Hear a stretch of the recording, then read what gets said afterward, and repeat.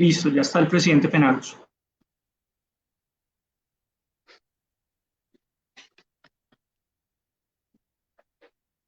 Buenas tardes, ¿me escuchan? Sí, señor. Buenas tardes, presidente. Discúlpenme, Listo. pero tuve dificultades con mi equipo y tuve que hacerlo aquí a través de celular. Excúsenme. No, no se preocupe, doctor Penagos. Así que yo creo que de esa manera pues damos inicio a esta conversación que básicamente es hablar de elecciones en medio de la pandemia, porque la pandemia nos trajo muchos retos a todos y me imagino que pues el tema electoral y la amenaza que esto puede suscitar para la democracia pues es uno de los grandes interrogantes que hay hoy no solo en Colombia sino en el mundo. Y en Colombia se nos vienen las primeras elecciones en pandemia, serán el próximo 30 de agosto y evidentemente eso genera muchos interrogantes y son los interrogantes que vamos a intentar contestar hoy con las autoridades electorales. Así que si ustedes tienen algún tipo de pregunta, ya saben que lo pueden hacer a través de los canales de transmisión en donde estamos. Si quieren escribirnos a mi Twitter directamente, @Zuluaga_Camila, ahí lo pueden hacer, que ahí estaremos leyendo las preguntas para transmitírselas a las autoridades electorales. Antes de cualquier cosa, me parece importante empezar dándole paso a un video que nos envió el gobernador de Cundinamarca, Nicolás García, quien tendrá, pues es uno de los departamentos que tiene a uno de los municipios que tendrá elecciones atípicas el próximo 30 de agosto. Así que escuchemos lo que nos dice el gobernador García.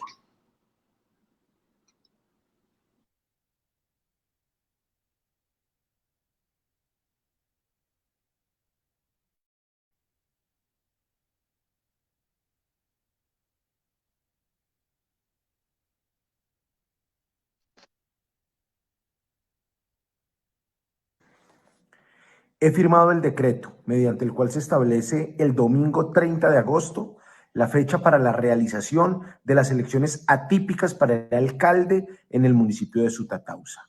Sutatausa, un municipio cero COVID, cumplirá de la mano de la gobernación todos los protocolos de bioseguridad. Decisión tomada en conjunto con la Registraduría Nacional, el Ministerio del Interior y el Ministerio de Salud para permitir que este municipio en medio de la pandemia pueda elegir a su alcalde y ejercer de esta manera su derecho constitucional.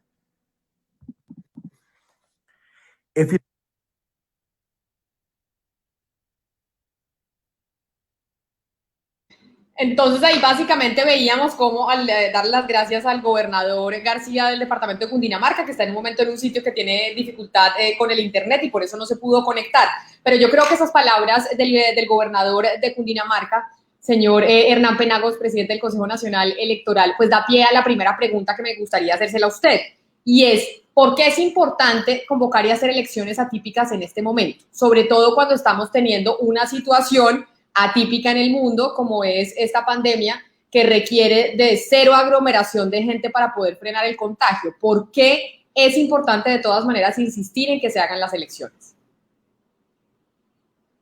Bueno, muchas gracias, Camila, y ante todo, muchas gracias por acompañar este conversatorio que llevamos en la tarde de hoy. Un saludo al gobernador, saludo al registrador, saludo a Alejandra de la MOVE. Pues lo primero que hay que decir es que este ejercicio, más bien esta decisión de llevar a cabo elecciones en diferentes municipios del país se ordenó desde el mes de diciembre del año pasado.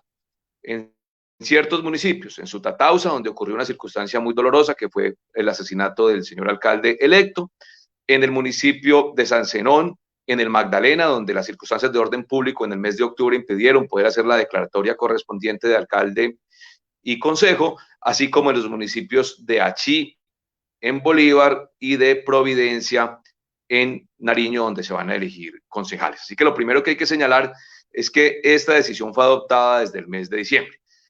En teoría, hace ya varios meses debió haber elegido alcalde en esos municipios y consejo en los otros en los que hay que hacerlo. Solo que, como es bien sabido, todo el tema de la pandemia, la situación en la que nos encontramos, pues impidió llevar a cabo el proceso.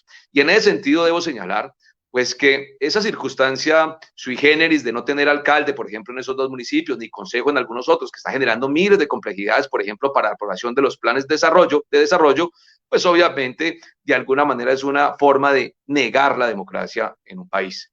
Una cosa es que en Colombia estemos hoy ante la situación tan compleja de proteger el derecho a la salud en conexión con el derecho a la vida, pero eso no significa negar los derechos políticos que tienen los ciudadanos. Así que, así como hay que proteger, Camila, la salud de todos los ciudadanos, también hay que proteger la salud de la democracia.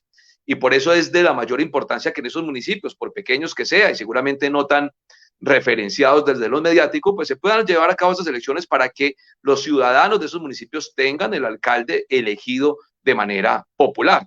Insisto, hace ya varios meses debió haberse llevado a cabo el proceso y la situación no lo permitió, pero ahora será una muy buena oportunidad por un lado. En segundo lugar, en el mundo se han aplazado un número innumerable de elecciones en diferentes países. En Perú, por ejemplo, en Chile, en Paraguay, en Uruguay, pero también se han llevado algunas otras. Por ejemplo, se llevaron elecciones generales municipales en Francia hace unos pocos días. En el País Vasco también se eligieron autoridades locales. Y aquí muy cerca, en República Dominicana, hace un par de semanas, yo fui observador internacional, se eligió nada más y nada menos que presidente y parlamento en República Dominicana.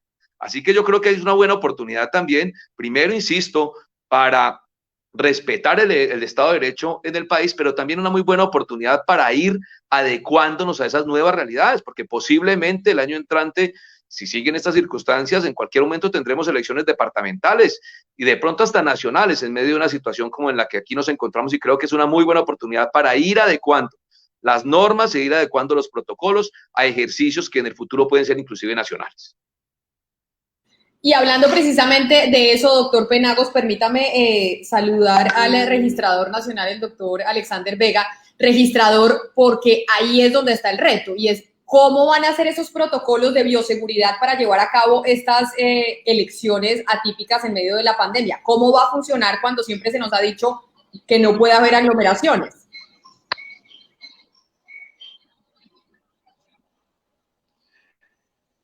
Buenas tardes para todos, el presidente del Consejo Electoral, a ti Camila, la moderación, a la doctora Alejandra Barrios de la MOE. Quiero ponerte en contexto, Camila, y a todos los que nos acompañan el día de hoy. Los protocolos de bioseguridad que planteó la registraduría fueron aprobados por el Ministerio de Salud. Tenemos claro, como lo dice el presidente, acá se anteponen dos derechos, el de salud frente al derecho político, porque es que estamos en la obligación de que la democracia no se contagie, que el virus no contagie la democracia, y por más que los municipios sean pequeños, como nos lo han querido ver, cada municipio tiene el derecho a tener sus autoridades locales. Los protocolos de bioseguridad nos basamos en las experiencias que tenemos nosotros desde el punto de vista como organismo multilateral en temas electorales con la República de Corea del Sur, igualmente con la Unión Europea, donde ellos les tocó obligatoriamente hacer en épocas de pandemia.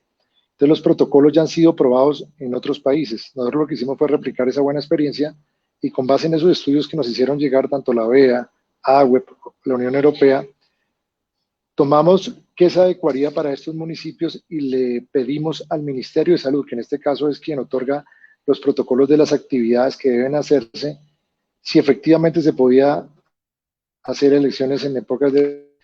El protocolo fue aprobado por el Ministerio de Salud.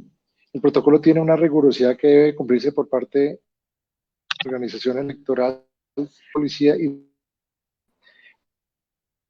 En este orden de ideas, la aglomeración, dentro de los mismos protocolos, se solicita que no haya aglomeración y eso será un trabajo conjunto entre la organización electoral, hablo Consejo Electoral y Registraduría, igualmente los alcaldes, para que no solo las medidas bioseguridad sanitarias que llevan tanto los electores como las comisiones escrutadoras, también con un ejercicio de pedagogía, igualmente de señalización, pero sobre todo de intervención de la fuerza pública, podamos mantener que no haya aglomeración. Acá lo que hay que mantener es el aislamiento. Más que la aglomeración es el aislamiento. Si respetamos los 2 metros y logramos hacerlo, podemos sacar unas elecciones efectivas. Como bien lo dijo el gobernador, su Tataúsa es municipio COVID-0. Hay unos que como el municipio de Achic ya presentan, pero lo importante es elegir estas autoridades locales y que se vea lo menos afectada la salud. ¿En qué sentido? Si logramos que no se infecte nadie en estos municipios, pues lo hemos logrado. Es una prueba muy fuerte, pero tenemos que la realidad del país y la realidad del mundo nos somete. La democracia no puede parar, por más que haya esta situación pues general y caótica. En ese orden de ideas, la registraduría se ha comprometido a hacer estas elecciones y el gobierno nacional y los gobernadores están en la misma línea junto al Consejo. Claro, gracias, registrador, pero es que unas elecciones no son solo el día de la votación, no solo es ir a la urna, no solo ese día, el domingo, poner el voto en la urna y ya, que digamos así se harían y se entienden muy bien los protocolos de bioseguridad. Por eso permítame saludar a Alejandra Barrios de la Misión de Observación Electoral. Alejandra, bienvenida. Y pues básicamente esa es la pregunta. ¿Cuáles son los retos que tienen los partidos políticos y los candidatos? Porque la elección no solo ese día, también hay campaña política que se debe hacer. Y en medio de la pandemia, de los aislamientos y de las restricciones, ese es uno de los mayores retos, creería yo. Pero ¿cuáles son los que ustedes han podido ver desde la MOE?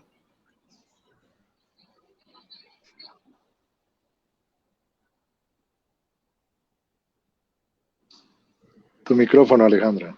Abrir el micrófono, exacto. Camila, muchísimas gracias a todos los que nos están acompañando, al señor registrador, al presidente del Consejo Nacional Electoral. Para nosotros es muy importante poder estar en esta conversación, porque Camila, mira lo interesante que pasa hoy. Esta mañana, el presidente de Estados Unidos, a través de un Twitter, está diciendo que posiblemente hay que aplazar elecciones en Estados Unidos, que es el centro, como el faro de la democracia cuando se piensa en el mundo libre. Y Colombia hoy está sentada con sus autoridades electorales, con unas autoridades electorales que están diciendo, estamos en un contexto difícil, pero aquí protegemos y creemos en la democracia. Y ya habiendo pasado y aprendido de otros procesos electorales, hemos tomado la decisión de seguirle apostando a la democracia. Entonces, si nosotros tenemos unas autoridades electorales en Colombia que están haciendo esa apuesta tan importante de cuidar la voz de la ciudadanía, nosotros como ciudadanos y las organizaciones políticas también tenemos una responsabilidad en los 4 procesos electorales que se avecinan.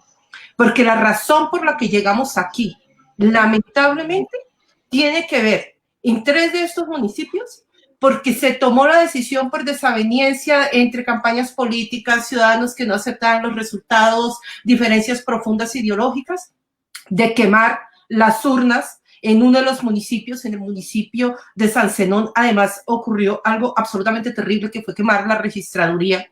Y por eso hoy estamos hablando de tener que hacer unas elecciones atípicas. El alcalde electo de Sutatausa fue asesinado el 3 de diciembre antes de lograr posicionarse.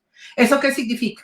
Que tenemos que lograr hacer un profundo acuerdo de cuidado a la democracia. Y cuidado a la democracia significa que para el 30 de agosto, que están planeadas las próximas elecciones, tenemos que tener unos acuerdos muy fuertes entre las diferentes organizaciones políticas que van a elecciones en esos municipios, no solamente para cuidar a sus militantes, tener el cuidado debido en la campaña, en el día de las elecciones, sino también para respetar los resultados electorales. Y obviamente por parte de los ciudadanos, y como ciudadana, indiscutiblemente tenemos preguntas sobre si es seguro salir, si no es seguro salir, cuáles van a ser las medidas que van a estar dentro de los lugares de votación, si pueden ingresar o no ciudadanos de ese municipio con la cédula escrita en ese municipio, pero que posiblemente han estado pasando la cuarentena por fuera. Y la idea es que en esta conversación podamos poner todos esos temas sobre la mesa, todas las preguntas que tenemos con las autoridades electorales, pero seguir sobre todo en ese profundo compromiso con la democracia, porque la democracia en últimas es la palabra de los ciudadanos expresada a través del voto en las urnas. Así que con ese compromiso creo que podemos empezar un diálogo esperando muchísimas preguntas por parte de quienes hoy nos están acompañando. Claro que sí, y empiezo, y como dices tú, Alejandra, evidentemente la democracia es la voz del ciudadano que se manifiesta a través del voto. Y por eso me parece importante una primera pregunta que recibo yo a través de WhatsApp, de mi línea de WhatsApp, que me pueden escribir si quieren, 301-764-4108. Ignacio hace la siguiente pregunta, que yo creo que los tres podrían hablarla y discutirla, y es, ¿han cuantificado el nivel de ausentismo que se puede presentar en estas elecciones por cuenta de la pandemia? Colombia, ese es uno de sus problemas, el ausentismo. Y obviamente esta situación en la que estamos, pues puede incrementarlo. ¿Alguna de las entidades a las que ustedes pertenecen ya han hecho ese cálculo de lo que pueda pasar en estas elecciones atípicas con ese fenómeno? Bueno, pues Camila, hoy no hay, digamos, unos datos precisos que nos indiquen cuál puede ser el abstencionismo de los ciudadanos en esas elecciones. Y tenemos un tema adicional, y es que en Colombia mire usted, y ahí llamo la atención de la necesidad de modificar las normas electorales en el país, no existe la figura del voto remoto. Cuando me refiero al voto remoto es aquel que se puede dar a través de correo, a través de internet, o el voto anticipado, como ocurre en muchos otros países. De hecho, con el registrador, la semana entrante, en un par de semanas, vamos a radicar un proyecto de código electoral para incorporar todas esas nuevas realidades a un código electoral que esté muy a la altura de las realidades de nuestro país. Y con esas circunstancias, pues sin lugar a dudas, podría uno esperar que de alguna manera aumentara un poco el abstencionismo en esos municipios. De por sí en Colombia el abstencionismo es alto, está alrededor bueno, dependiendo de cada uno de las elecciones, pero en las elecciones locales, digamos, un poco es menor, pero lo que invitaría es la serie de mecanismos de bioseguridad, como plantea el registrador, de protocolos que se adecúen para darle tranquilidad al ciudadano al momento de salir a votar. Y en ese sentido, aquí lo que tiene que haber es un trabajo interinstitucional muy importante. Primero, no solamente unos protocolos bien adoptados, pero además de adoptados, aprobados por el Ministerio de Protección Social, como así lo dijo el registrador. Eso ya es una garantía porque están avalados por autoridades pertinentes en la materia, pero además de eso un trabajo interinstitucional con los gobernadores, los alcaldes, sus secretarías de salud y con la fuerza pública. Si ese trabajo se realiza con todo el juicio, como seguramente se va a hacer, se llevan a cabo comités de seguimiento electoral permanentes. Yo tengo la tranquilidad de que en esos municipios, en especial por tratarse de elecciones locales, la gente va a salir animadamente a votar. Si bien, insisto, no hay datos claros de cuánto puede ser el abstencionismo del ciudadano, yo creo que con los protocolos bien definidos, con la determinación de que el ciudadano adopte las medidas, no solamente las que ya conocemos, sino algunas otras que se van a plantear, pues con toda seguridad creemos que el abstencionismo no tiene por qué reducirse de una manera tan significativa. Además, entendamos que son municipios pequeños donde los puestos de votación son más bien concentrados, es decir, generalmente están en los colegios y en las escuelas. Digamos que la necesidad de movilización no es tan alta como cuando se trata de elecciones, por ejemplo, en la ciudad capital o en ciudades grandes de este país. Claro, pero entonces ahí porque estamos hablando de todos los protocolos de bioseguridad el día de la elección, y quizá el registrador Alexander Vega nos puede responder, y es cuáles van a ser los protocolos de bioseguridad durante la campaña, porque pues la elección no se puede hacer sin campaña. ¿Cómo se hace campaña en medio de la pandemia? Porque finalmente, entonces, ¿cómo deciden los ciudadanos por quién van a votar? ¿Cómo conocen los programas? ¿Cómo conocen las propuestas? ¿Ustedes tienen diseñado unos protocolos de bioseguridad también que deban cumplir los partidos para hacer campaña, o solo es el día de la elección?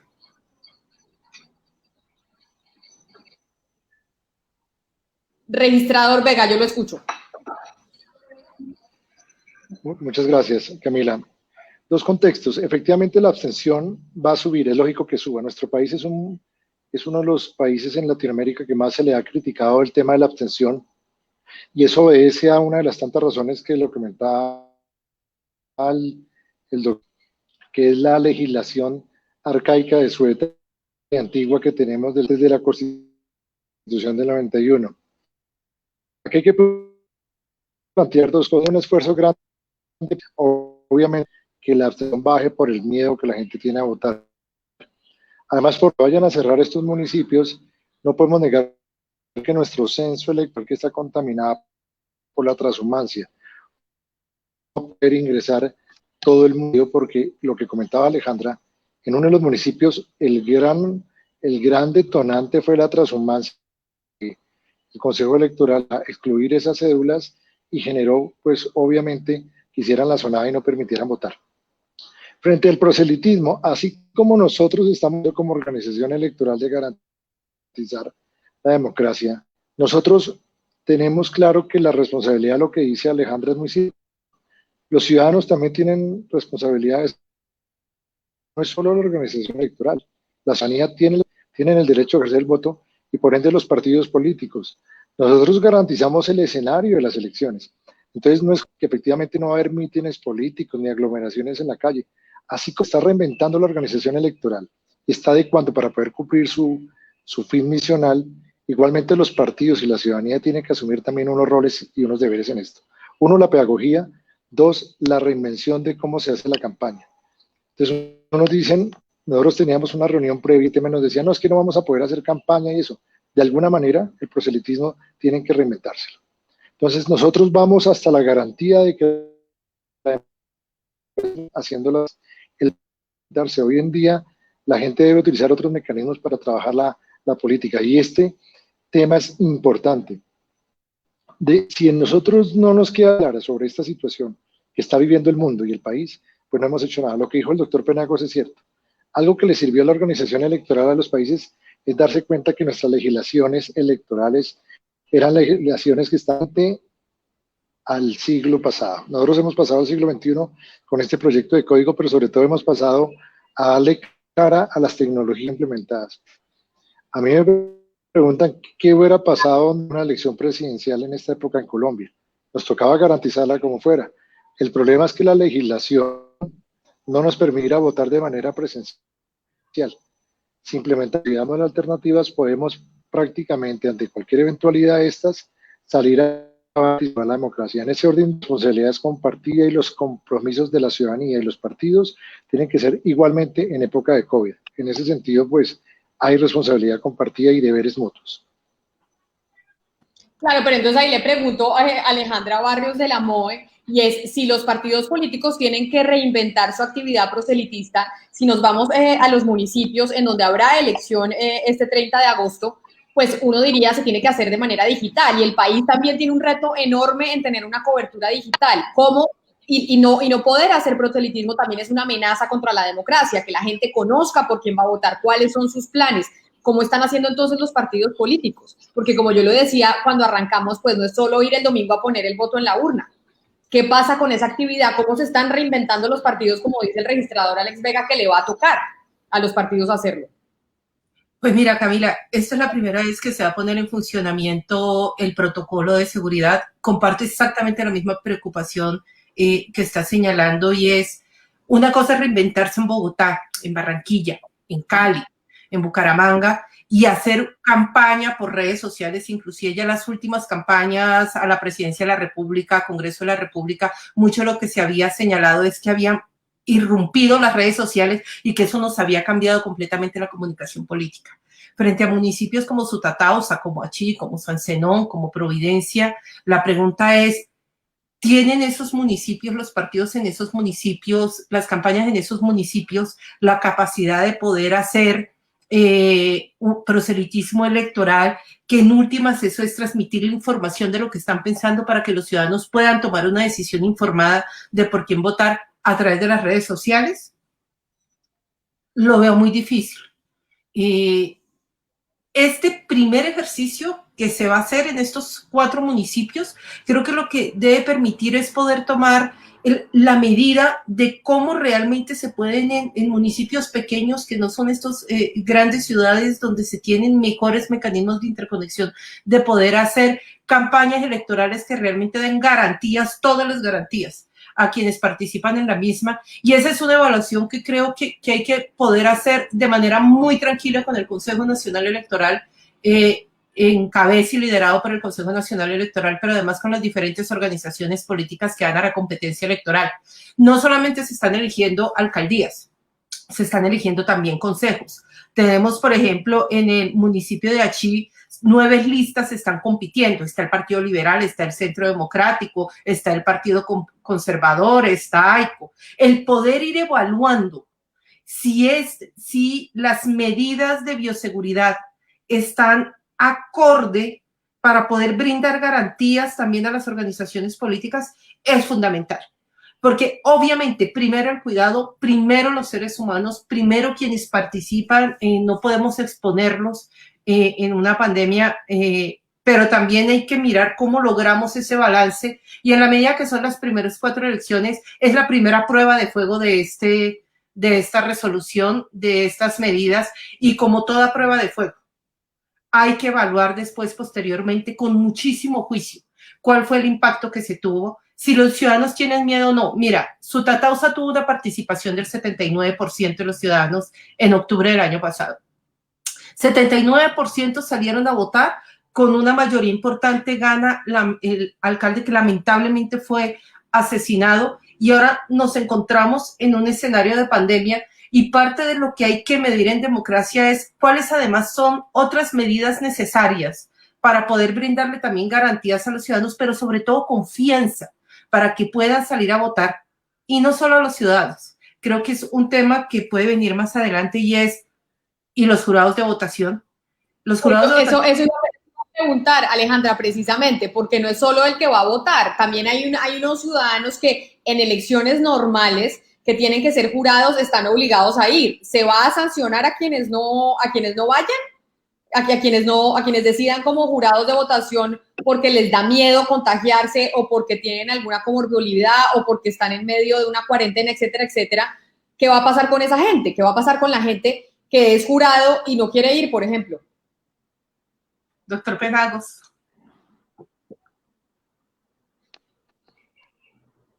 Bueno, pues lo primero, y antes de responder esa pregunta, yo quisiera redondear frente al tema de las campañas políticas, Camil. Yo les decía al inicio que era muy importante llevar a cabo reuniones y comités de seguimiento electoral.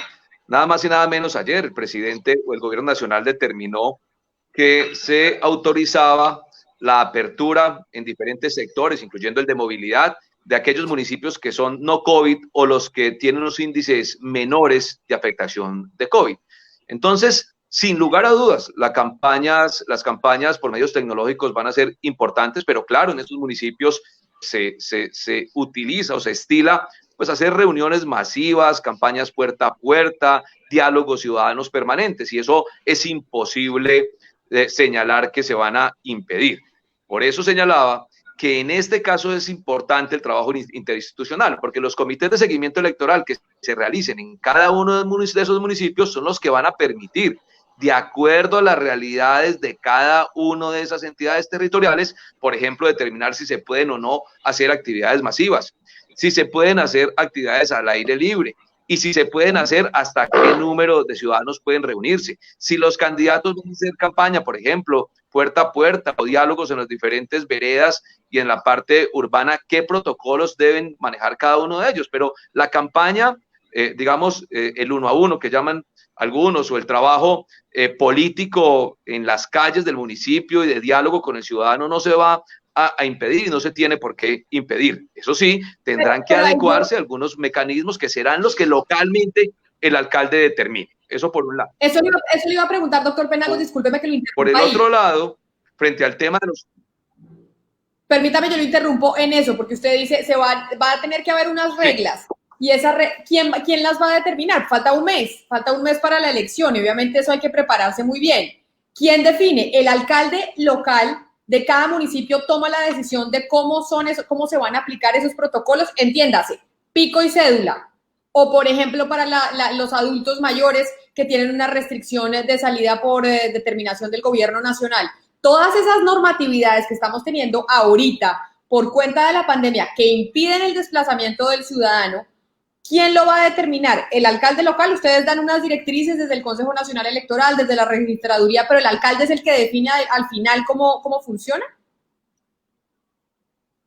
No, tendría que hacerse a través de los comités de seguimiento electoral en los que participan el alcalde, los partidos políticos, el gobernador del departamento, la organización electoral y el Ministerio del Interior. Esas reuniones de los comités de seguimiento electoral son las que van a determinar cómo y de qué manera serán las directrices. Primero, para las campañas políticas y para el acto de proselitismo. Es decir, si pueden hacerse reuniones masivas, si se pueden hacer reuniones en espacios públicos y cuántas personas pueden participar en ellas.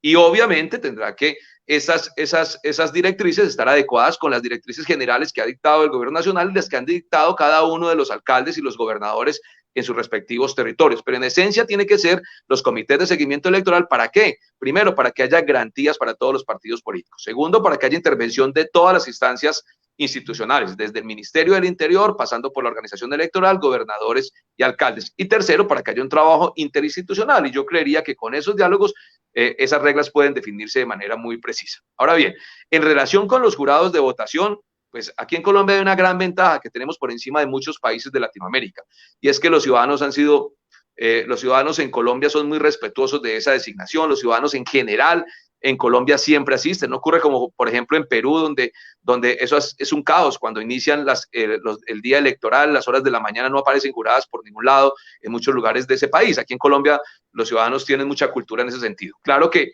como es apenas natural, aquí hay unas circunstancias especiales. Aquellos ciudadanos, por ejemplo, el registrador también complementará el tema, que tengan algunas comorbilidades, que tengan algunas circunstancias que le impidan participar, o porque tengan los antecedentes médicos que se han referenciado el gobierno nacional, o porque simplemente tengan una circunstancia en particular por ser mayores de edad y demás, pues si son designados jurados, con toda seguridad esa circunstancia no los va a llevar a una sanción de ninguna manera. Afortunadamente la mayoría de los jurados en muchos casos son profesores, en otros casos son jóvenes que participan en ese escenario, y claro que aquí la autoridad electoral tendrá que ser un poco más laxa. Lo importante es tener el número de jurados, tampoco tener un número indeterminado entre principales y suplentes, sino el número apenas apropiado. Pero si están hablando en materia de sanciones y demás, pues claro que en ese sentido hay que ser mucho más laxos y no podríamos estar sancionando, porque simplemente hay realidades de cada uno de esos ciudadanos que habrá que conocerlas. Permítame preguntarle al registrador Carlos Ariel Sánchez, porque acá tengo a Carlos Ariel Sánchez, Alexander Vega, estoy en el pasado yo. El registrador Vega, y es porque acá me están preguntando a través de WhatsApp Julián sobre los protocolos de seguridad para los jurados, porque, y ya usted nos contestará también el tema de las sanciones o no, si el jurado toma la decisión de no ir porque le da miedo contagiarse. Pero el jurado es el que va a tener mayor contacto con la población, porque va a estar todo el día ahí recibiendo gente, y siempre dicen que eso que es el que está al pie del cañón y puede ser mucho más riesgoso. Hay unos protocolos que han estimado ustedes desde la registraduría exclusivamente para los jurados, no sé, vestimentas, los tapabocas, etcétera, etcétera, que ya hayan cuadrado para las elecciones del 30 de agosto. Claro que sí, Camila. ¿Hay tranquilidad en qué sentido? En que los protocolos de bioseguridad que han sido aprobados por el Ministerio de Salud, como te decía, ya fueron aprobados en otras elecciones en el mundo. Los jurados obviamente van a tener protección en bioseguridad, no solo con trajes, igualmente con los guantes, las caretas, el tema del gel antibacterial. Y lo que tú dices es cierto, es normal que un jurado no se presente por miedo al contagio. Lo que sí es claro es que el contagio no solo se puede adquirir en un día de una elección, como puede darse también el que coja un transporte público o el que tenga. El gobierno ha sido enfático en eso, y el Ministerio de Salud y el mundo, si están las medidas de bioseguridad como el uso del tapabocas, el tema de las máscaras, el aislamiento. La gran apuesta que yo hablaba con el presidente sobre este tema, que él me llamó a consultar de cómo estaba organizado el tema típico, el presidente manifiesta que esto es una gran prueba de pedagogía sobre el aislamiento. Acá la idea es que el votante, cuando obtenga su tarjeta electoral, pues será en un aislamiento mínimo de 2 metros, no tendrá que acercarse al jurado de una manera directa, casi menos de 1 metro, y obviamente tendrá todas las normas de bioseguridad al jurado. Obviamente lo que dice el doctor Penagos es cierto, nosotros tenemos un régimen sancionatorio sobre los jurados que no asistan. Obviamente nosotros no podemos hacer esa parte flexible, sino lo que nos señale la ley. Y obviamente hoy hay unas normas especiales donde dicen que las personas que tengan cuestiones de preexistencias médicas, pues obviamente no podrán salir. Es más, yo tengo, a nivel de dato que les puedo dar el día de hoy, tengo 300 registradores en el país, 300 registradores de nuestra entidad que tiene preexistencias. A mí me tocó reemplazarlos por un número de auxiliares supernumerarios, y es gente que puede estar bien de salud, pero tiene preexistencias y hemos protegido el recurso humano. Es decir, este tema obviamente es un gran reto por la aglomeración. Cuando se hablan de elecciones, se hablan de cantidad de gente, pero si hay pedagogía, como decía el presidente del Consejo Electoral, acá hay una responsabilidad compartida. La organización electoral dispone la logística. Podemos ir más allá con lo de la aprobación de los protocolos, pero es claro que esto es un tema conjunto de pedagogía con los alcaldes, los candidatos, la ciudadanía. Yo que parto que en estos comités de seguimiento, donde se van a impartir las órdenes de cómo debe ser el tema del aislamiento, que en sí las normas de bioseguridad están garantizadas. Acá el tema es un tema de aislamiento. El éxito de la jornada electoral es el aislamiento. Y si logramos contener que no se nos infecte de personas, o que el contagio, porque también puede haber contagio que sea mínimo, identificable, que no sea un tema que la elección cause es un contagio masivo. Y creo que eso, con pedagogía y las normas de bioseguridad, estoy confiado de que las cosas pueden salir bien. Pero el registrador Vega nos pregunta un televidente a través de Facebook, ¿qué va a pasar con los testigos electorales? Que normalmente estaban ahí, los testigos electorales van a ser parte y ya son parte de esos protocolos de bioseguridad autorizados, es decir, la misma cantidad de gente que había antes en las mesas de votación, los testigos electorales, etcétera, etcétera, ¿van a estar presentes en estas elecciones atípicas o algo de eso cambió o va a cambiar? No, mejor? esto es una elección dentro de la logística normal habitualmente y toda la actividad del día. Acá la única diferencia es que van a haber elementos de bioseguridad, pedagogía y el aislamiento. Obviamente los testigos deberán estar, pero obviamente el testigo también tendrá sus elementos de bioseguridad, tendrá que conservar el aislamiento. Los escrutadores, las comisiones escrutadoras que son jueces, también hay un protocolo para ellos. Y en general son los mismos protocolos cuando uno entra a un centro comercial, el lavado de los pies, el lavado de manos, gel, el uso del esfero que sea intercambiable, que se pueda cambiar, limpiar. Es más, nosotros hubo cosas que no nos aprobó el Ministerio de Salud, que te voy a comentar. En Corea del Sur, en los puestos de votación o en los colegios electorales, se había puesto plástico sobre todos los puestos de votación, por debajo de las mesas.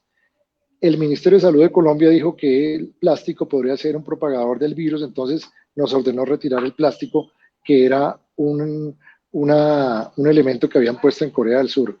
Otro elemento que ellos nos quitaron fue el uso del biométrico dactilar, presumiendo que cada vez que la persona pusiera la huella, pues podría haber contagio porque tocaba limpiar el biométrico. También se excluyó por un tema de contagio. Entonces, el Ministerio de Salud nos dio una bitácora, nosotros pasamos unas propuestas y al final dijo, esto es lo que hay que hacerse y eso es lo que vamos a cumplir. Al final, obviamente, la responsabilidad del Ministerio de Salud en ese sentido es que nosotros vamos a cumplir los protocolos que ellos nos aprobaron con un tema que es muy importante dejar claro. Nosotros hicimos una segunda solicitud al Ministerio de Salud que dado hoy que el pico estaba ascendiendo, o es lo que muestran las estadísticas que informa el gobierno, si había un riesgo excepcional sobre la salud para seguir aplazando. Y el ministro de Salud fue muy contundente al decir que si se mantienen los protocolos de bioseguridad, esta actividad podrá desempeñarse como cualquier otra actividad de las que hoy en día están abriendo en el país. Pero entonces ahí usted me lleva a preguntar, yo no sé si Alejandra Barrios de la MOE o el doctor Penagos me puedan responder, y es, de frente a lo que dice el registrador, ¿qué haría que estas elecciones atípicas se tuvieran que aplazar? ¿Qué haría que se aplazaran? ¿O ya eso es imposible? Si de verdad tenemos algún tipo de evento extraordinario en medio de la pandemia. Si me permites, Camila, digamos, Comisión de Observación Electoral, porque obviamente pues las autoridades electorales son los que nos están acompañando y toman las decisiones. Es importante tener en cuenta que los municipios que estamos hablando donde se van a hacer elecciones atípicas, 3 de los municipios, por lo menos en este momento, son COVID-0.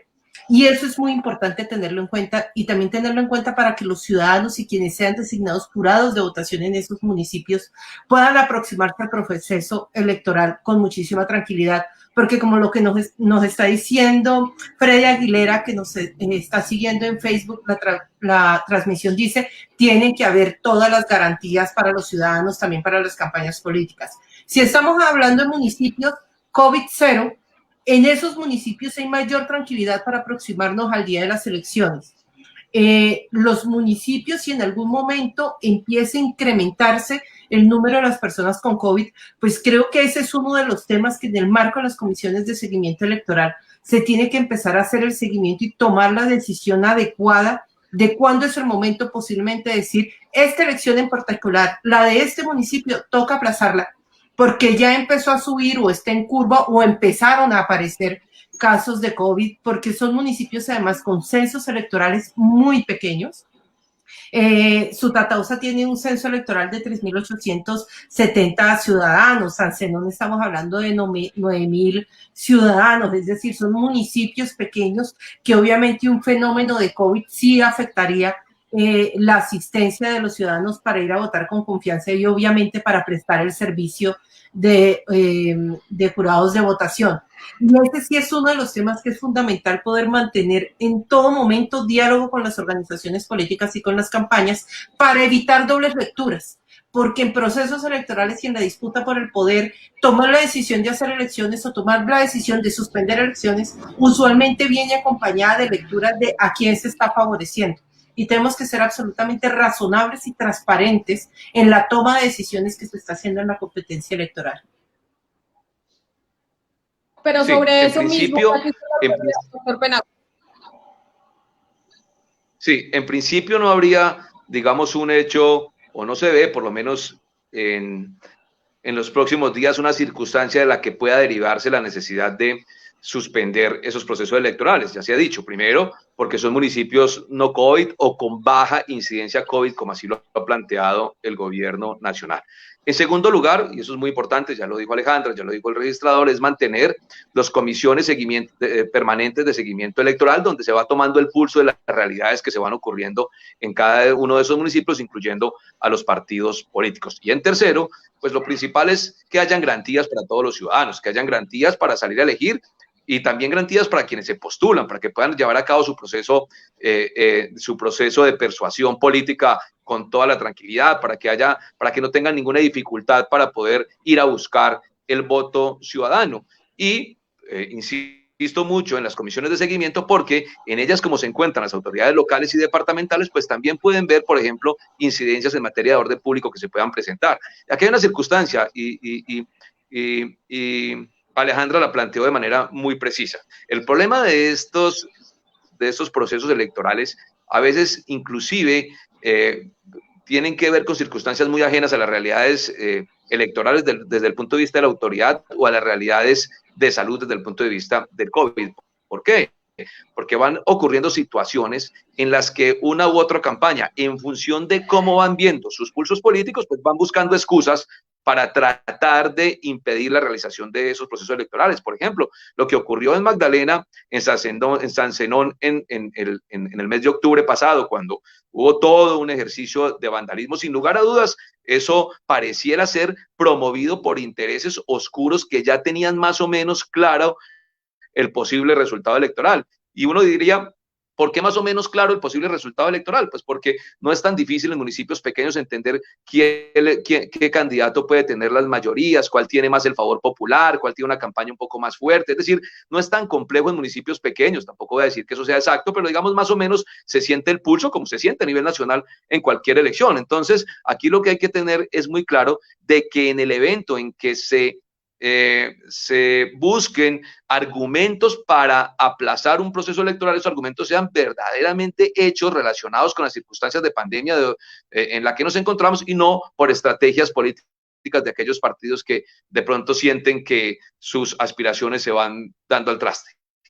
Pero yo ahí tengo una pregunta para usted, doctor Penagos, porque usted dice, no va a haber posibilidad de cancelación o no se ve nada fortuito que vaya a suceder en esos municipios para cancelar las elecciones atípicas, pero menciona usted como elemento principal que son municipios no COVID o donde la incidencia del COVID ha sido muy bajita. Si fueran municipios en donde sí hay presencia de COVID significativamente, ¿otra sería la decisión? Sí, podría ser, porque gran parte de la aprobación, o más bien una de las circunstancias por las cuales el ministerio aprobó los protocolos de bioseguridad, uno, pues porque la registraduría entregó un documento muy juicioso recogiendo las experiencias internacionales en cada una de las etapas electoral, preelectoral y postelectoral, y hay, digamos, una serie de estrategias y de planteamientos o exigencias muy precisas y muy juiciosas. Pero como es apenas natural, si por ejemplo en estos municipios existiera o en algún otro municipio hubiera una incidencia de COVID muy alta, seguramente el mismo Ministerio de Salud hubiese dicho que lo más recomendable era no llevar a cabo ese proceso electoral. Y estoy seguro que el ministerio, cuando aprobó el protocolo, insisto, no solamente por el protocolo planteado desde la registraduría, sino también por las circunstancias en las que encontraban esos municipios, claro, en los cuales se van a llevar a cabo las elecciones. Y yo insisto en lo siguiente, Camila, mire, esta es una gran oportunidad, primero, para mantener el Estado de Derecho y para darle salud a la democracia del país. Pero afortunadamente, en un país con los niveles de polarización en los que nos encontramos hoy, no nos cogió, permítanme la palabra, esta pandemia en medio de unas elecciones presidenciales, porque creo que hubiese sido más doloroso y más complicado para el país la situación política que la misma situación de salud. En República Dominicana, que trataron de aplazar las elecciones en una o dos oportunidades, pues encontraron eso, que era necesario hacerlas porque era tanto el grado de degradación, permítame la palabra, económica y social del país en función de no llevarse a cabo las elecciones, que prefirieron hacerlas muy a pesar de las circunstancias en las que se encontraban.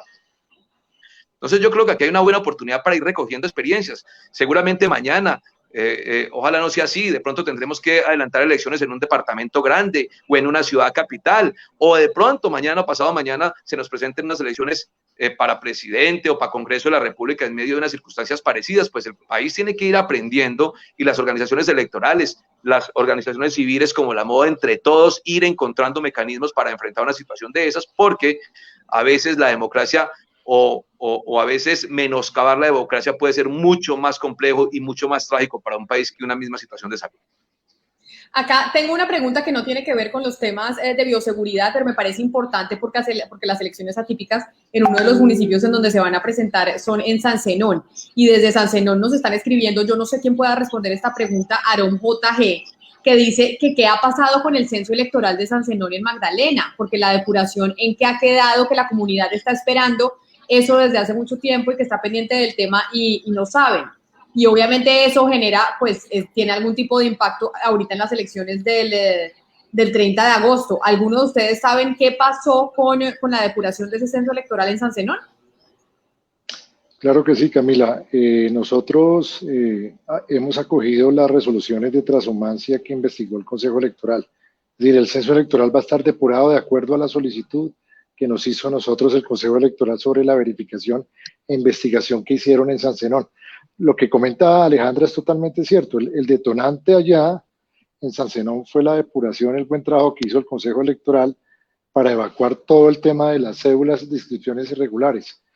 Obviamente ya con este tiempo ya tenemos depurado el censo, pero puede haber transhumancia histórica que no haya sido detectada. Ese es el tema.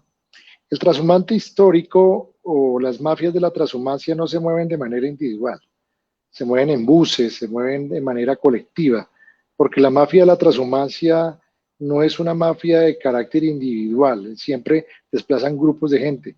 Va a ser muy difícil que esa transhumancia histórica, si llega a existir, se pueda movilizar, porque la mayoría de los departamentos en Colombia tienen restricciones vehiculares frente al tema. Entonces un bus lleno de gente no va a poder pasar por ningún lado, es decir, la transhumancia va a estar totalmente controlada en ese sentido.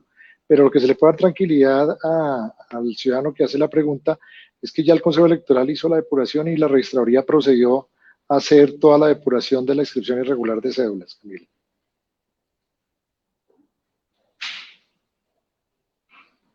Registrador, y le paso otra pregunta de otro televidente en este momento que nos escribe a través de WhatsApp, que se llama Carlos Campos, y me parece pertinente, sobre la posibilidad de aumentar las mesas de votación, si eso es posible. ¿Y por qué dice si dentro de los protocolos está la posibilidad de aumentar las mesas de votación? Porque eso podría llegar a evitar aglomeraciones y aumentar aumentar el flujo de votantes. ¿Eso se contempló dentro de los protocolos o no? ¿O básicamente las reglas son exactamente las mismas? Mismas mesas de votación, misma gente, mismo horario, porque también están preguntando mucho por el horario. Esa es de las situaciones que quiero comentar. Cuando tú le hacías la pregunta al doctor Penagos que si hubiese una situación más compleja en otro municipio o ciudad de Colombia, la respuesta es que sí, hubiera tocado aplazarse. ¿Cuál fue el verdadero motivo del aplazamiento de los consejos de juventud? Con el señor presidente de la República, la información que él tenía era que efectivamente había una etapa de inscripción de jóvenes en todo el país a través de firmas, que los obligaba a salir a la calle a recoger firmas en el mes de septiembre y octubre. Como ustedes están dando cuenta, la información del gobierno ha sido acertada en el sentido de que los contagios ascienden. El ministro de Salud fue muy categórico. Si estas elecciones hubiesen sido en una ciudad donde el COVID estuviera aumentando de manera proporcional más alta que los demás, no se hubieran podido hacer elecciones. Y esa fue la verdadera razón por la que los consejos de juventud tuvieron que aplazarse. Y es obviamente un hecho duro frente a la democracia, porque han existido en el mundo situaciones en esta misma ruta que han tenido que aplazar elecciones, pero menos mal en Colombia Para mí una elección de jóvenes es tan importante, como registrador es tan importante como la de una elección ordinaria de presidente. Es un tema, un certamen democrático por ley. Cuando te hacen la pregunta de qué va a pasar con el horario, es más, a nosotros nos propusieron que hacer la votación 2 días, todas esas buenas ideas se podrían hacer siempre y cuando el Código Electoral las permitiera.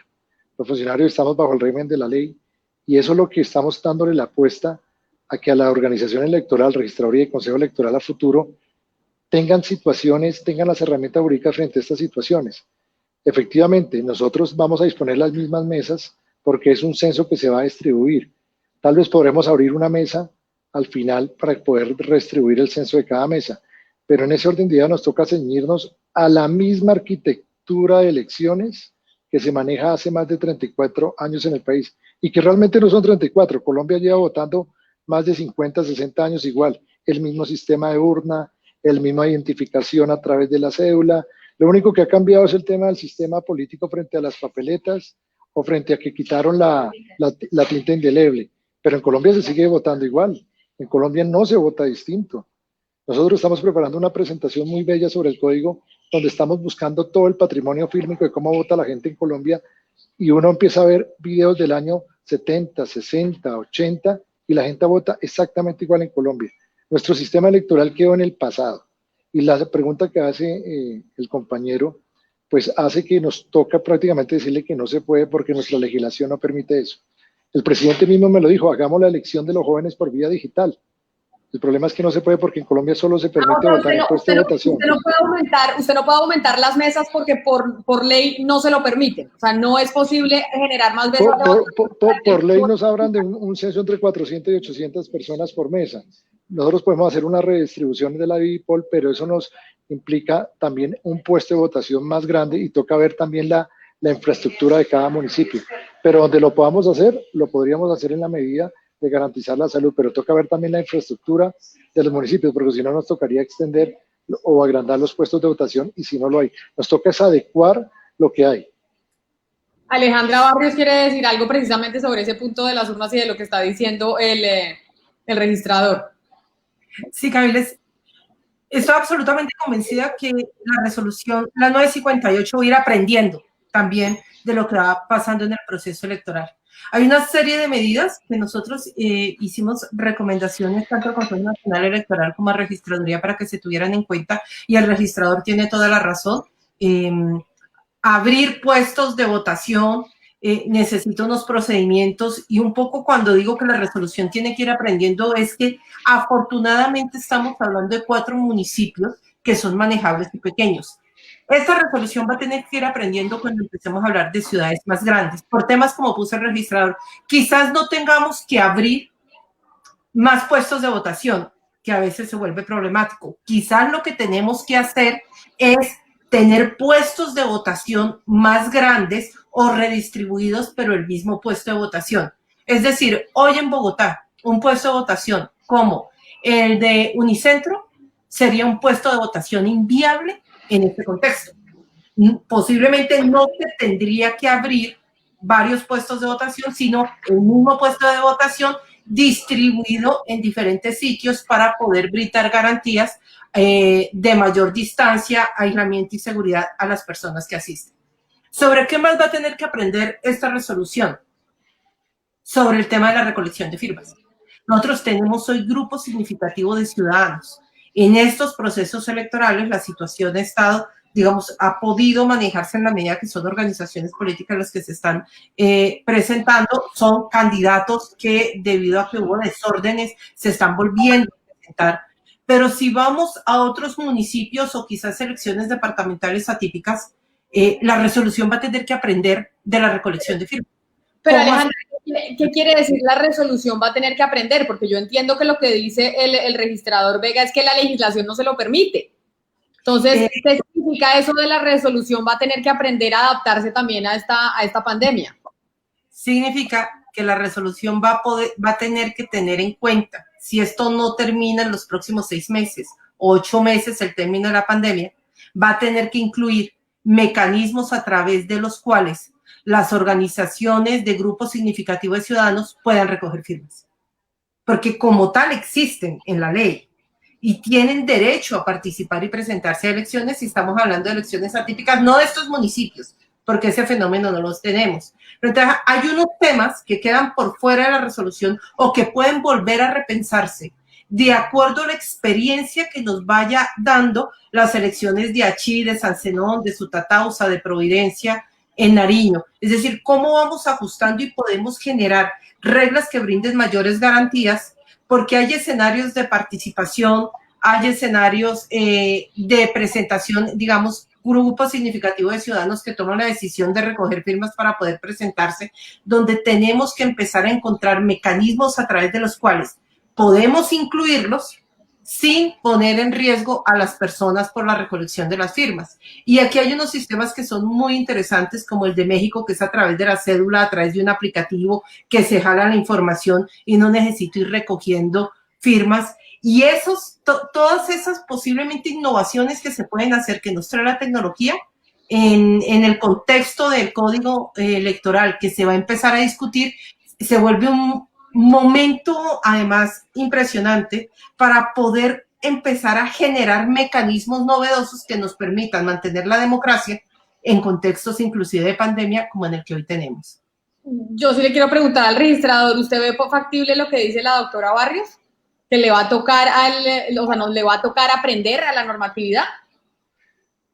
Es que lo que debió hacerse hace muchos años en Colombia, el problema no fue solo de Colombia, pero Colombia sí está muy rezagada en la legislación y en el tema de aplicación de tecnologías. La gran enseñanza que deja la pandemia es que los modelos electorales no se pueden casar con un solo modelo. Nosotros solo podemos votar en un sitio de manera presencial y marcando un tarjetón.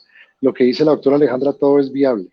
Hoy en día el sistema electoral colombiano está rezagado en el siglo anterior, y lo que hay que meter en el código electoral es que las organizaciones electorales les pueda permitir de aquí en adelante, lo que ella dice es muy cierto.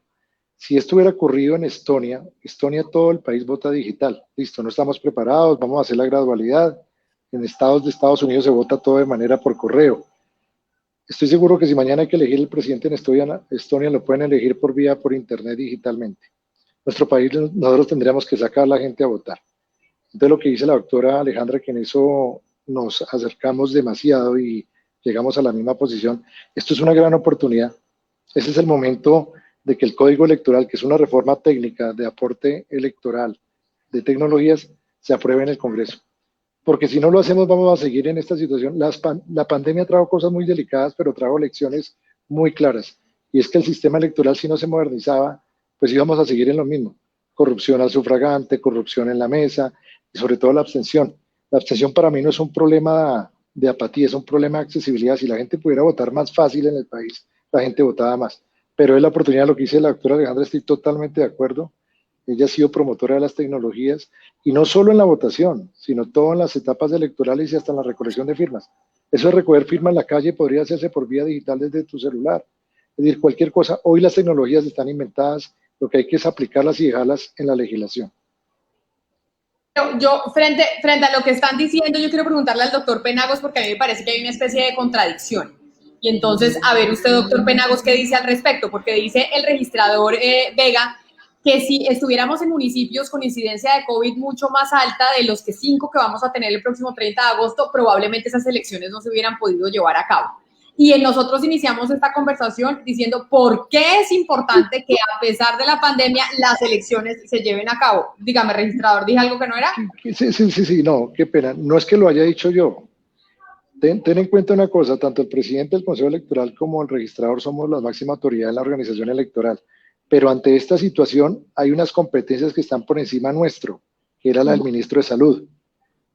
Yo, como organización electoral, debo garantizar las elecciones con el presidente del Consejo Electoral, pero el ministro de Salud, que era el que daba la última palabra, él me manifestó que si hubiese sido en municipios con COVID alto, no hubiera autorizado el protocolo. Pero ahí es donde yo voy a la pregunta al doctor Penagos, porque nosotros en medio de la pandemia, y no solo en Colombia, en América Latina, estamos en riesgo en muchos países en donde los dirigentes que están al mando hoy, felices de que no haya elecciones y felices del status quo, porque tienen la posibilidad de ser la principal autoridad. Y ahí es donde yo voy y le pregunto al doctor Penagos, sobre más allá del tema normativo, sino sobre el tema filosófico de lo que implica que si estuviéramos en municipios que tuvieran una incidencia de COVID más alto, no hiciéramos elecciones por cuenta de eso. Sí, de acuerdo.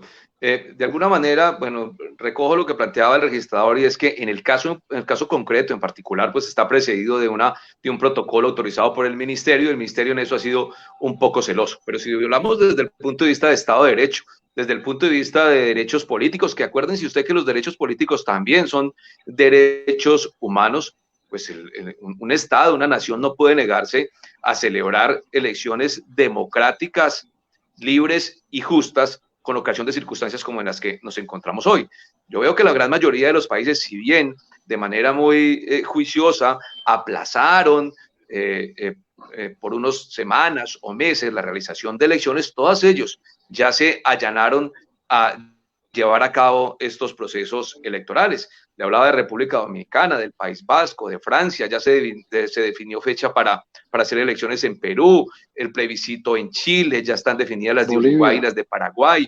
Bueno, en Bolivia también ya se está definiendo fecha, muy a pesar de las circunstancias tan complejas en las que se encuentran estos países, porque una cosa es pues una circunstancia como en la que nos encontramos, pero que ya el mundo ha venido aprendiendo, pero además de eso, el mundo, los ciudadanos están aprendiendo a vivir con esta circunstancia tan compleja, y de otro lado está, insisto, esa coalición de derechos entre el derecho a la salud y los derechos políticos. Y por eso yo planteaba que estas elecciones de estos municipios es una gran oportunidad para ir aprendiendo, para ir encauzando unos protocolos muy precisos para el futuro, si es que en el futuro de pronto podemos encontrarnos en una situación de esta naturaleza. Y usted lo acaba de decir, Camila, hay muchos gobernantes felices de estar en un statu quo de esta naturaleza, con poderes excepcionales que tienen muy poco control del legislativo y adoptando medidas de alguna manera autoritarias. Mire lo que ocurrió en Hungría, donde se disolvió el parlamento.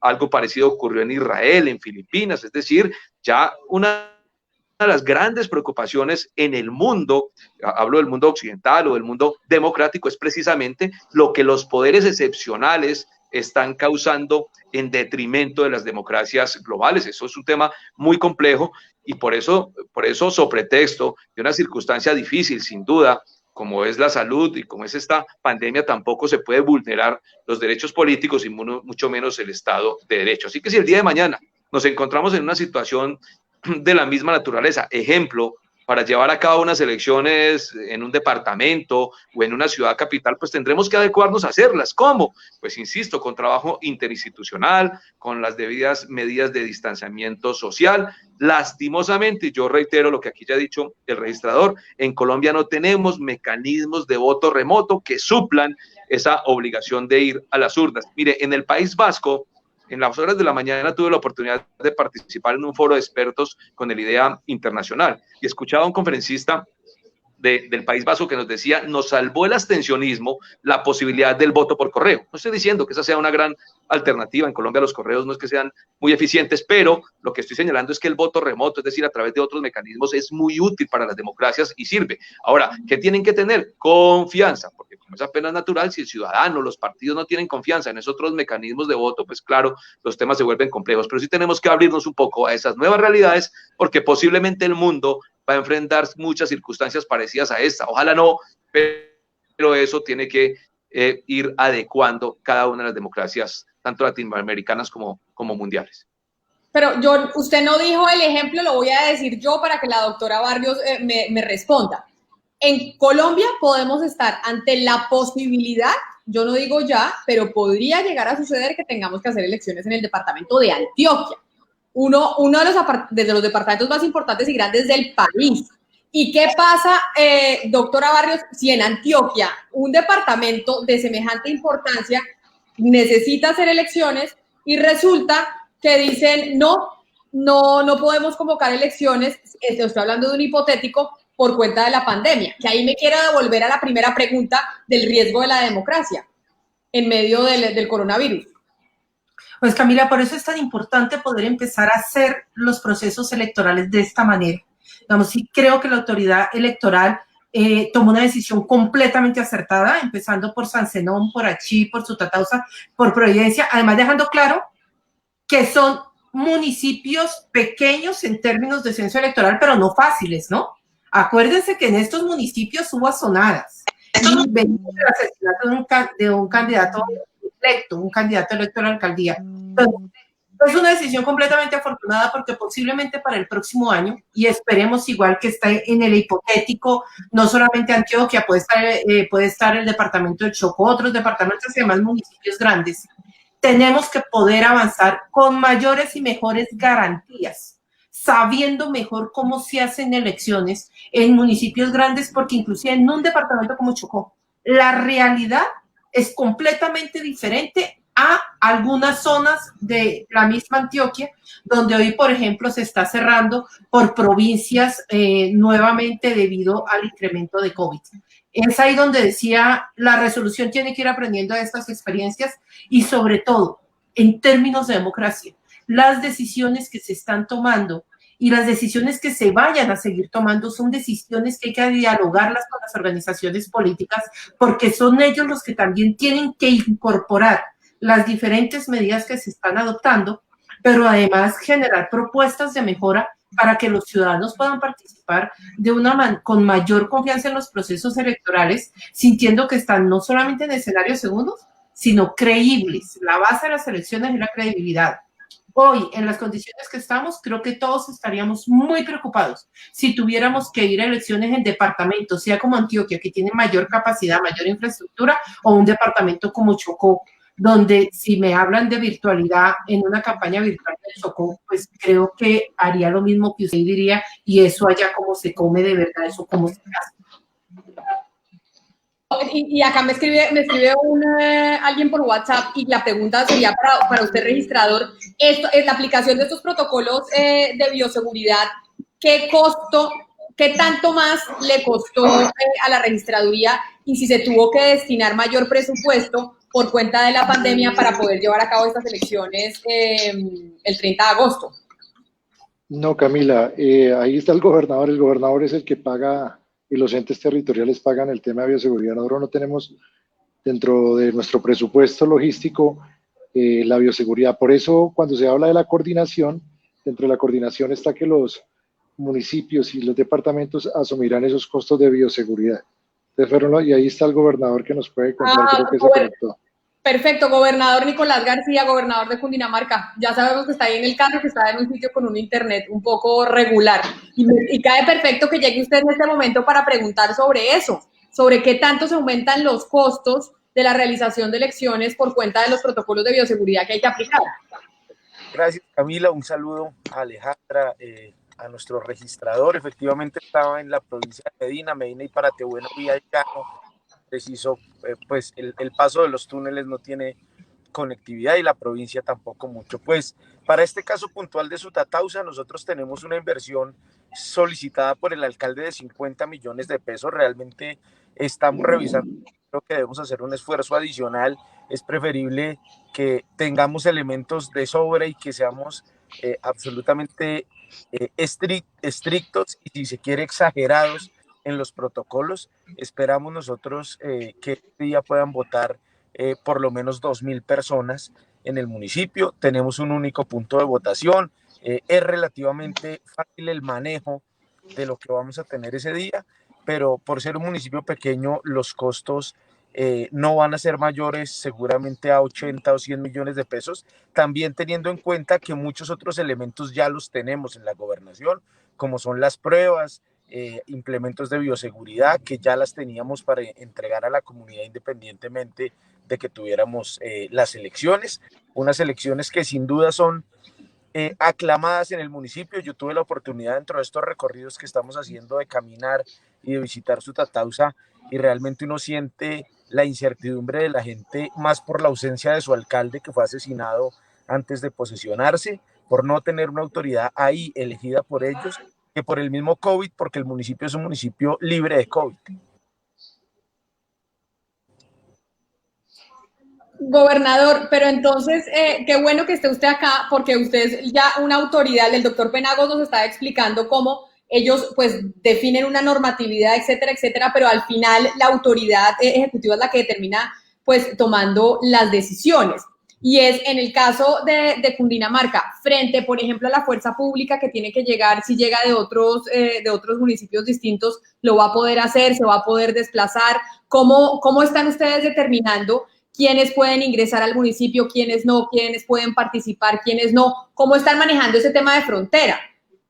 Pues lo que vamos a determinar es que como la policía y el ejército ha tenido también como decisión tener en cuarentena algunos grupos de su personal, pues vamos a destinar para el municipio de Sutatausa quienes han hecho el aislamiento en el periodo inmediatamente anterior, es decir, soldados y policías que acaban de estar en aislamiento con prueba que van a estar para esa fecha, con prueba y con el aislamiento desde la práctica de la prueba, para que lleguen directamente y estén inclusive pernoctando desde días anteriores en el municipio. Y todo el personal que necesitemos que asista a el escrutinio y que asista, por supuesto, a la jornada electoral, debe ir con una prueba para coronavirus. Nosotros ya hemos dispuesto un laboratorio que será el laboratorio de Agrosavia en Cundinamarca para que nos dé en un término no mayor a 24 horas los resultados. Eso le iba a preguntar, porque el gran interrogante que hay hoy en día en el país es que las pruebas se están demorando y se están demorando mucho.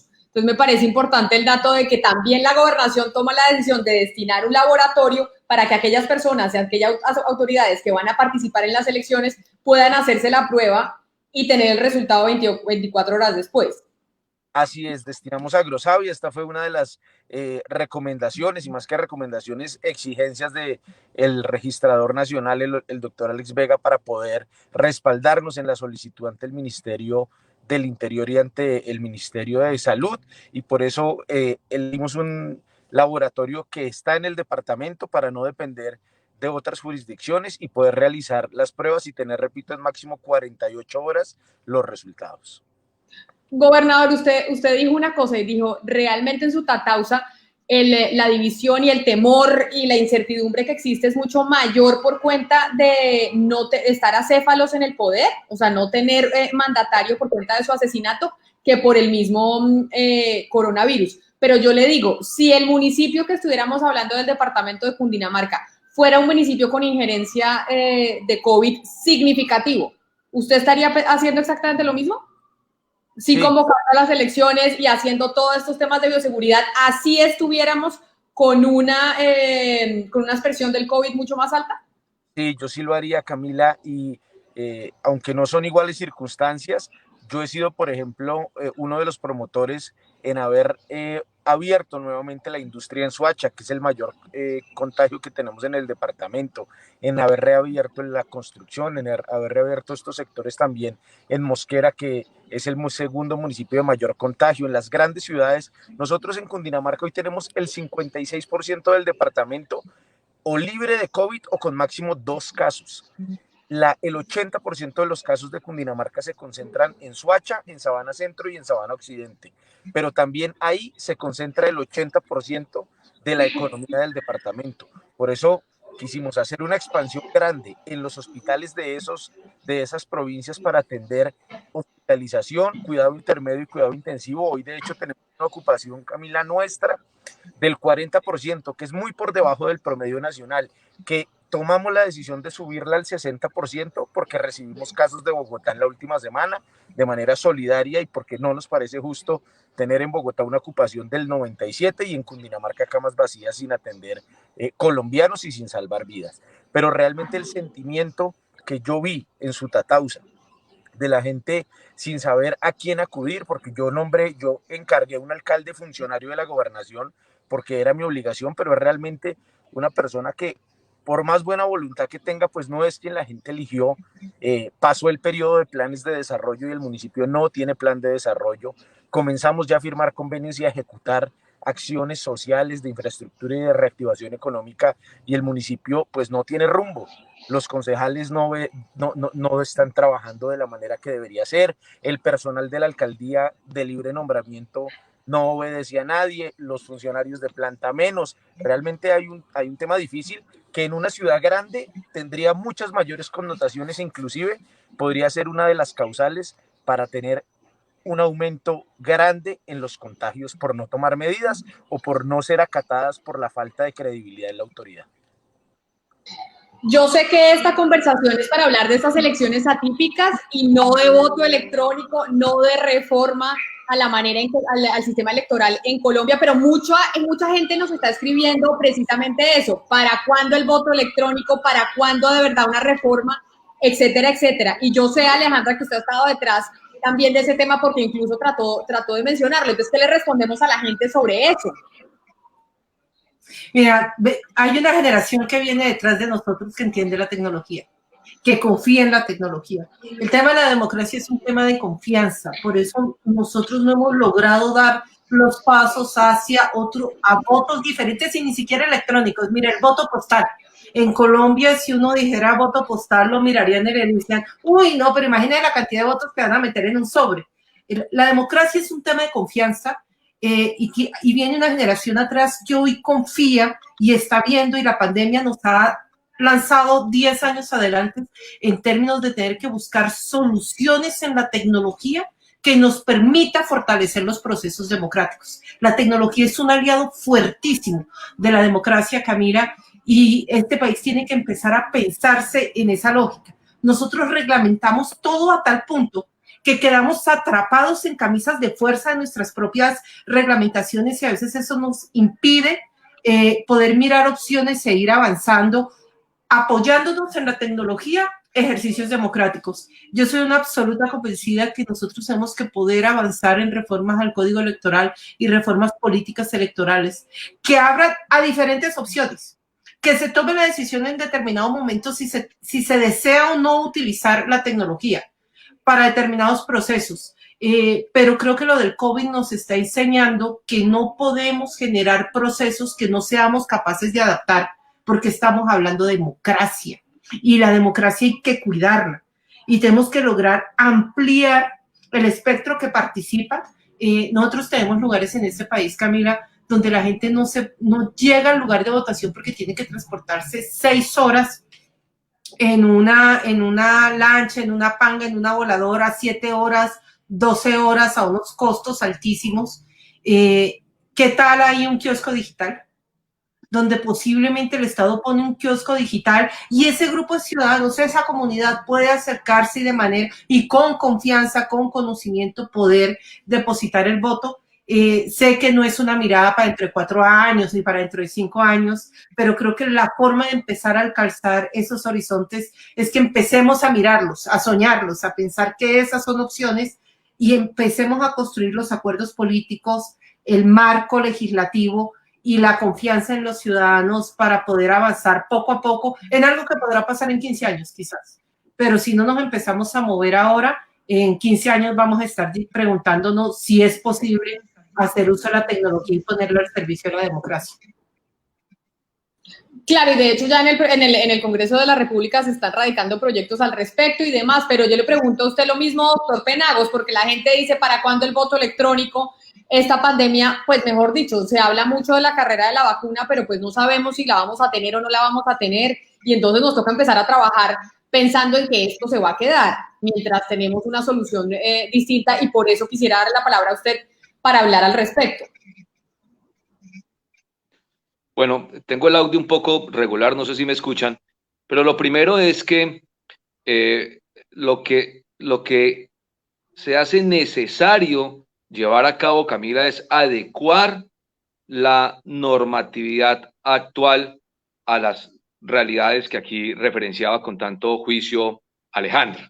Y eso significa que tenemos que tener un código electoral que recoja todas estas herramientas, que involucre a la tecnología, no solamente para llevar a cabo el proceso de votación, sino el proceso de escrutinio, las mismas campañas políticas, y que de alguna manera, también lo dice Alejandra, estoy totalmente de acuerdo en eso, genere confianza al ciudadano en que el resultado que va a arrojar cualquiera de estos mecanismos es el resultado de la votación mayoritaria de la ciudadanía.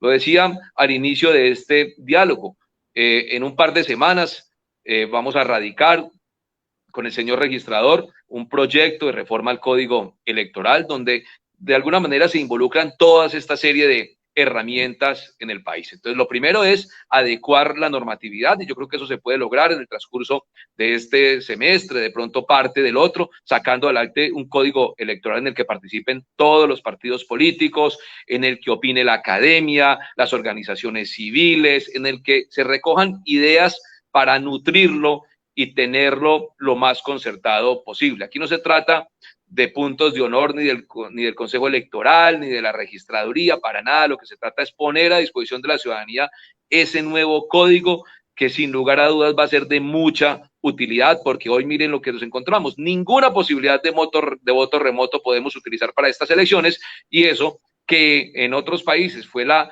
posibilidad para salvar el abstencionismo, pues ahora no lo podemos utilizar. Ahora bien, esto también depende de recursos, también depende de presupuesto, también depende, y eso pues ya lo conocerá más el registrador. Nuestra tarea es solo de inspección y vigilancia, pero además de tener una normatividad, pues también requiere que los gobiernos futuros, este gobierno y los que se vengan, pues se allanen a avanzar en actualizar y poner en funcionamiento todas estas nuevas tecnologías para que sea una realidad para el país. Ya la parte operativa el registrador lo explicará con más detalle, pero yo sí creo que lo mínimo que debe tener el país es que un código electoral, que hoy es del año 86, mire usted, Camila, mucho antes de la Constitución de 1991, pues se actualice para tener por lo menos no solamente esas herramientas, sino muchos otros procedimientos para atacar la transhumancia, para poder avanzar en los temas de revocatorias, para lograr una efectiva rendición de cuentas de los ciudadanos, y para incorporar un tema que a mí me anima mucho, y es la mayor participación de las mujeres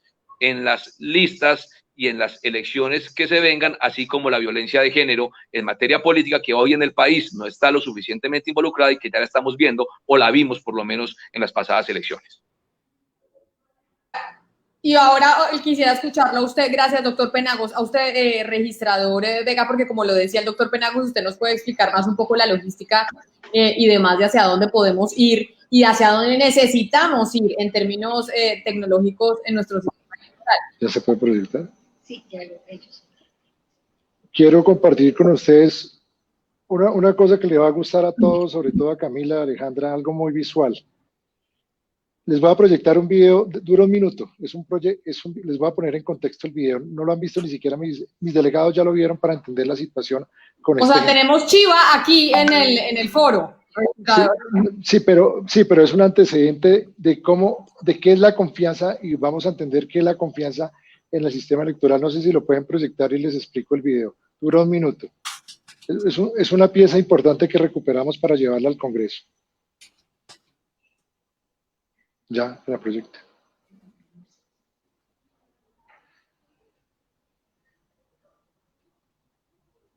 ¿De dónde la están proyectando?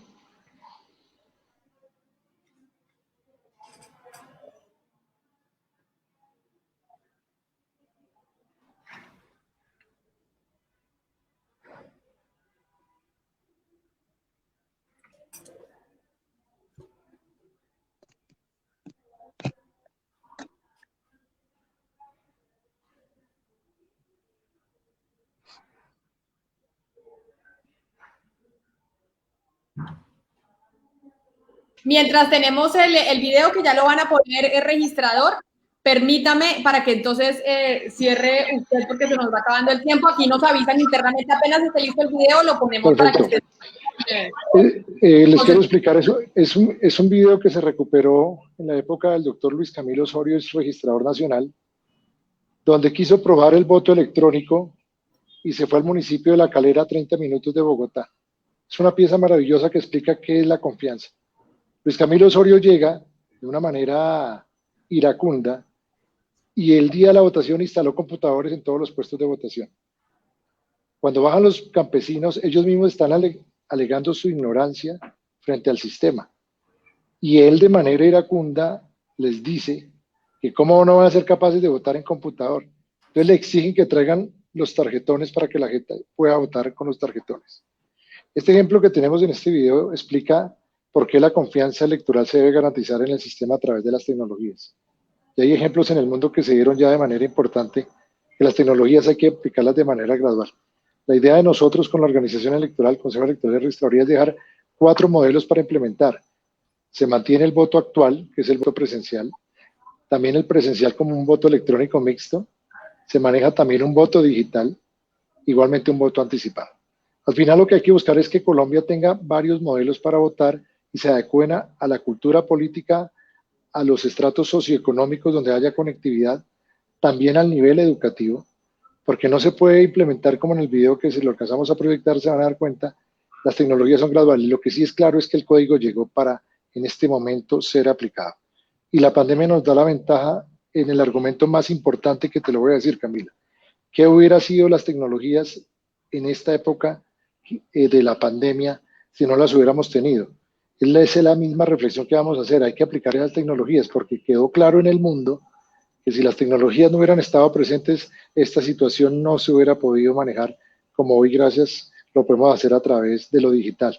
En ese orden de ideas, el código va hacia 4 modelos de implementación de sistema electoral para, como lo que hizo Alejandra, los próximos registradores, nosotros aspiramos a dejar los pilotos montados y vamos a probar los pilotos, y los pilotos van a dejar adecuadamente la gradualidad para que eso llegue a implementarse en todo el país.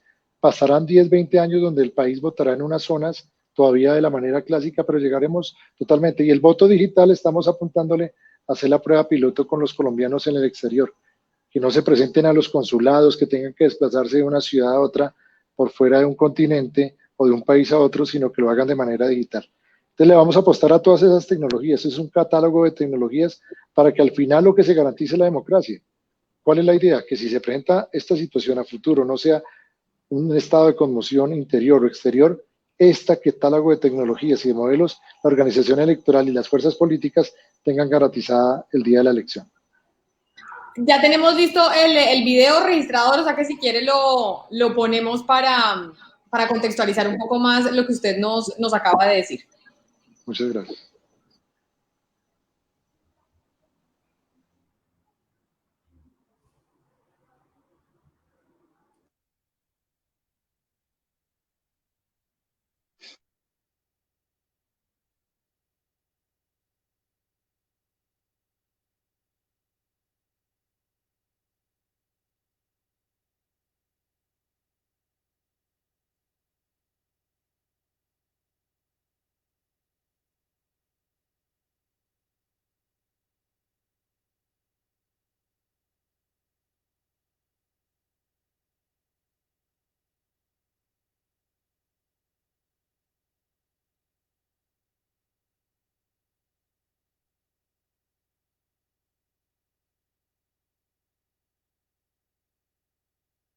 ¿El video es con audio o sin audio registrador? Para que usted nos vaya... No, tiene audio, tiene audio. Tiene audio, es que me dicen aquí que no. Entonces, creo que hay que quitarle el silencio a quien está transmitiendo el video. Creo que es directamente el Consejo Electoral que lo están transmitiendo. No, se nos fue. Bueno, eso también es lo que pasa, las tecnologías.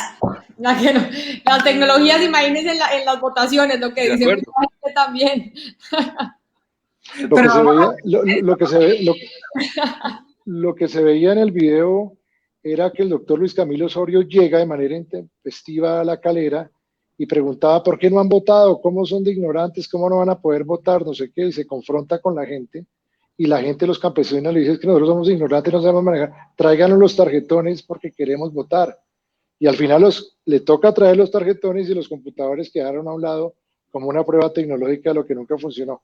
La tecnología hay que saberla aplicar en el mundo. Y este ejemplo que pasó acá en Colombia es el gran ejemplo para adquirir confianza y sobre todo explicar cómo deben implementarse los sistemas con las tecnologías. Trataron de ponerlo, pero bueno, no lo pudimos ver. Les quería agradecer a todos, además por aceptar, por invitarme a ser de moderadora en esta discusión que sin duda alguna será un debate pues que será un debate por mucho tiempo más. Y tengo que enviarles un mensaje a todos. Hoy, de los mensajes que hemos recibido, recibimos muchos de San Zenón sobre el tema del censo. Como que sí hay una preocupación enorme en San Zenón porque la mayoría de los mensajes que recibimos fue sobre ese tema. Entonces, quizá un llamado, una alerta sobre lo de San Zenón, porque la mayoría de la gente o mucha de la gente que se conectó expresó esa preocupación. No sé si para cerrar alguno quiera agregar algo más referente a lo que va a pasar con las elecciones del 30 de agosto. Se nos fue el registrador que nos hubiera podido dar más detalles, pero no está conectado. No sé si alguno quiera agregar algo más, doctor Penagos, doctora Barrios. ¿Yo estoy conectado? Simplemente, sí, de acuerdo, un minuto para decir que, y este es un mensaje que envío yo a todos los ciudadanos, y es que así como hay que cuidar la salud propia, hay que cuidar la salud de la democracia. Y creo que estas decisiones de llevar a cabo estos procesos electorales no es otra cosa diferente a eso, a cuidar la salud de la democracia, a respetar el Estado de Derecho y a prepararnos para circunstancias que se puedan ocurrir en el futuro mucho más amplias o mucho más grandes desde el punto de vista territorial. Y frente al tema del censo electoral, el año pasado se depuró el censo Estancenón, se declararon unas personas trashumantes, porque es un municipio que ha tenido historia de trashumancia, de trasteo de votos, y con la debida anticipación la registraduría publicará el dato final del censo para que todos los ciudadanos sepan cuáles son las personas que están habilitadas para votar en ese proceso electoral. Así que yo pues le agradezco, Camila, que nos haya acompañado en esta moderación muy amable, a Alejandra y al registrador un saludo especial y a todos los que participaron de este foro, de este conversatorio que fue muy útil y sin duda nos va a permitir buscar nuevos escenarios futuros electorales. Claro que sí, doctor Penagos, mil gracias. Doctora Barrios, ¿algo más que agregar? Pues no, Camila, además de darte las profundas gracias por habernos acompañado, porque creo que hemos cumplido con el cometido del día de hoy, es poder empezar este gran diálogo ciudadano donde podamos hablar de democracia con tranquilidad, con las autoridades. Aquí hay una gran fuerza ciudadana comprometida con una democracia para que esta no esté en riesgo. Más allá de todas las organizaciones que hacen observación electoral, de la plataforma de democracia en riesgo, hay una gran cantidad de ciudadanía que creo que se siente hoy confiada y tranquila, sabiendo que en este país le seguimos apostando a la democracia, a que la voz del ciudadano es el voto en las condiciones más difíciles y que se está tratando de hacer de la manera más responsable. Así que seguir dialogando sobre elecciones, de lo que vamos aprendiendo, de cómo va aprendiendo la resolución, de cómo vamos a solucionar temas más adelante, como lo del grupo significativo de ciudadanos, quizás personas de la tercera edad que necesiten formas especiales para votar, que no tengan que salir de la casa, de las tecnologías, es decir, la democracia tiene una gran cantidad de temas que hoy se nos están poniendo de presentes, y muchas gracias, Camila, por abrir la ventana para que podamos empezar a conversar de esos temas entre todos y todas.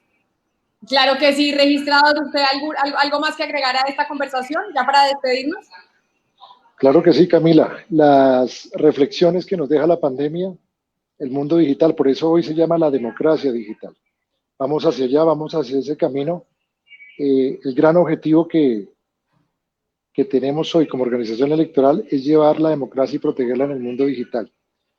Lo más importante es que la gente se le dé de manera gradual estos cambios, que se puedan dar de manera efectiva, y decirle a los partidos políticos, a los candidatos en estos municipios, que el proselitismo político no es solo hacer reuniones masivas, ni obviamente no solo es el mundo digital.